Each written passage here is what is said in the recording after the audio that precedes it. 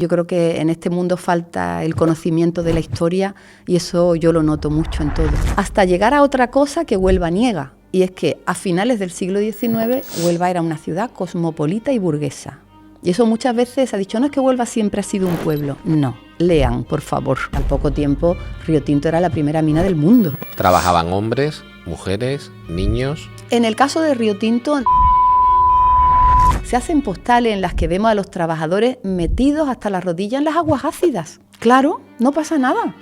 Es el progreso. ¿Qué conservamos hoy en Huelva de herencia del legado británico? El muelle de Tarsis y el muelle de Río Tinto, que mal llamamos aquí del tinto, pues demostrando otra vez el desprecio de nuestra historia. ¿Es cierto esto que también el veraneo en Punta Umbría lo inician los ingleses? Totalmente. Claro, lo inicia Sunday. Y una biografía nunca es un cuadro completo.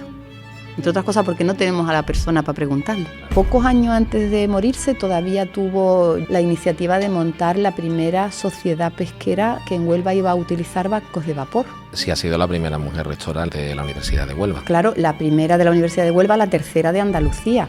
Bueno, yo en aquel momento tenía una situación personal complicada con mi hermana enferma de cáncer. Me pareció como que sí, que podía ser un momento que en la Universidad de Huelva se podían hacer cosas.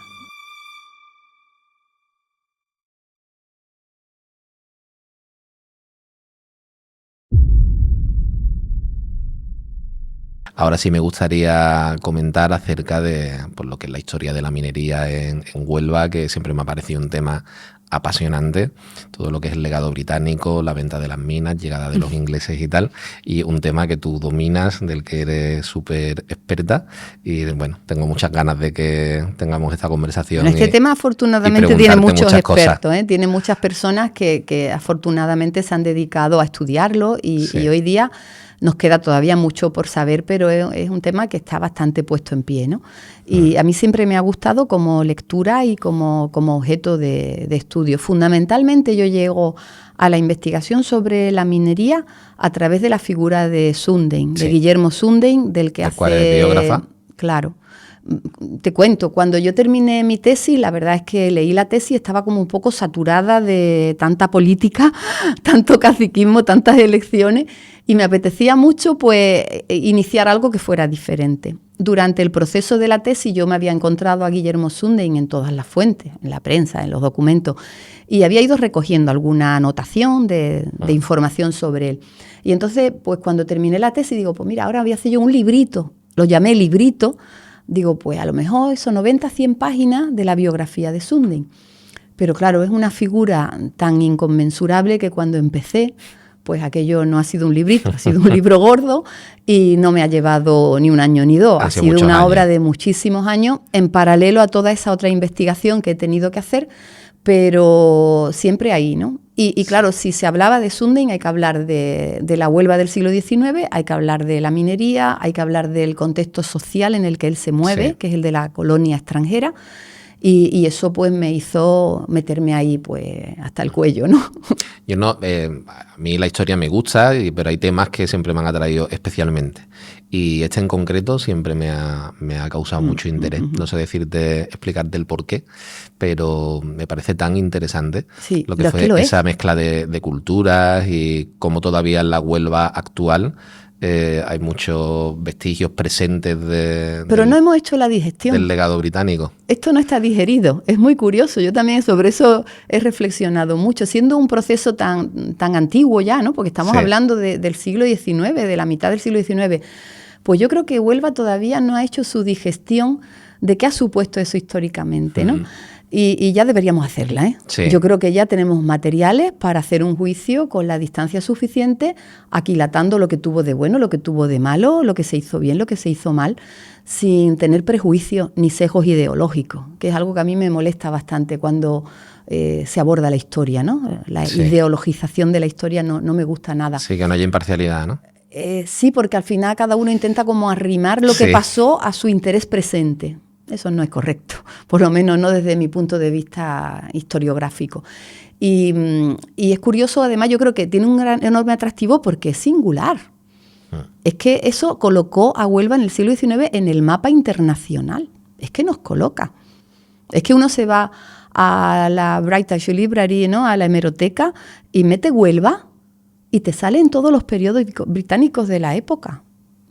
Eso ya es un símbolo de la importancia que tuvo ese proceso de colocación de Huelva en la historia, en ese momento en la historia económica del mundo, en el mapa, y sobre todo del efecto tan poderoso de transformación que tuvo sobre la provincia, ¿no? Una época en la que Huelva era una pequeña villa marinera sin más. 8.000 habitantes o menos.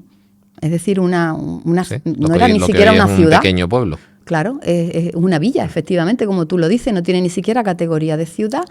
Las crónicas del momento, sobre todo la de los extranjeros que llegan, pues los describe eso como el típico pueblo pintoresco andaluz de casitas blancas al borde de la ría, y la transformación que implica todo el tema de la minería en desarrollo urbano, demográfico, tecnología, cambio de mentalidad, hasta llegar a otra cosa que Huelva niega, y es que a finales del siglo XIX Huelva era una ciudad cosmopolita y burguesa. Y eso muchas veces se ha dicho, no es que Huelva siempre ha sido un pueblo. No, lean, por favor. Huelva tenía un nivel cultural importante, era un sitio que tenía ideas avanzadas, muy avanzadas para el contexto de la España del momento, por esa relación con el pensamiento extranjero, y donde había una modernidad. Sí. Que, por ejemplo, no había en otro sitio. Claro, porque en Huelva se estaba produciendo al final una absorción de esta cultura nueva.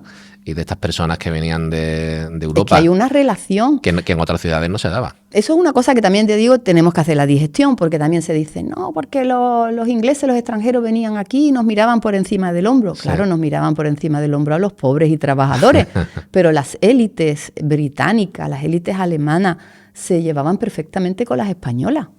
Las élites no tienen ni raza ni el dinero une mucho. No son clasistas entre ellos. No, entre ellos nunca. Bueno, puede haber algún distanciamiento cultural, de costumbres y tal, que también es curioso que aparece en la fuente, pero ahí hay un entendimiento perfecto. Entonces, ese intercambio cultural está presente y hay una impregnación.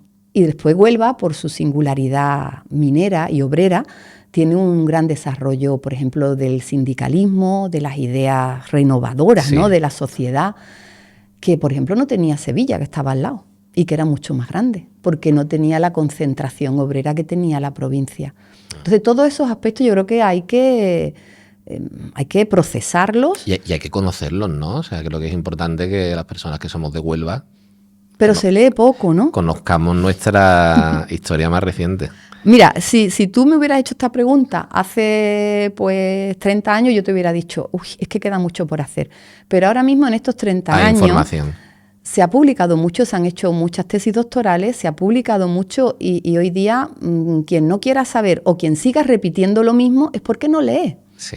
O sea que eso está ahí y además son publicaciones que la gente puede leer, que no estamos hablando para quien no le guste mucho leer, pero sí le gusten más los formatos audiovisuales, vamos a ver si este espacio ayuda a arrojar un poco de luz. Sí, yo invito a eso, a que se lean y que se conozca. Hay mucha historia divulgativa hecha ya y publicada, ¿no? Y que conozcamos nuestro pasado y sepamos aquilatar pues los pros y los contras de las cosas, que nos pongamos en valor a nosotros mismos, ¿no? Sí, muy importante.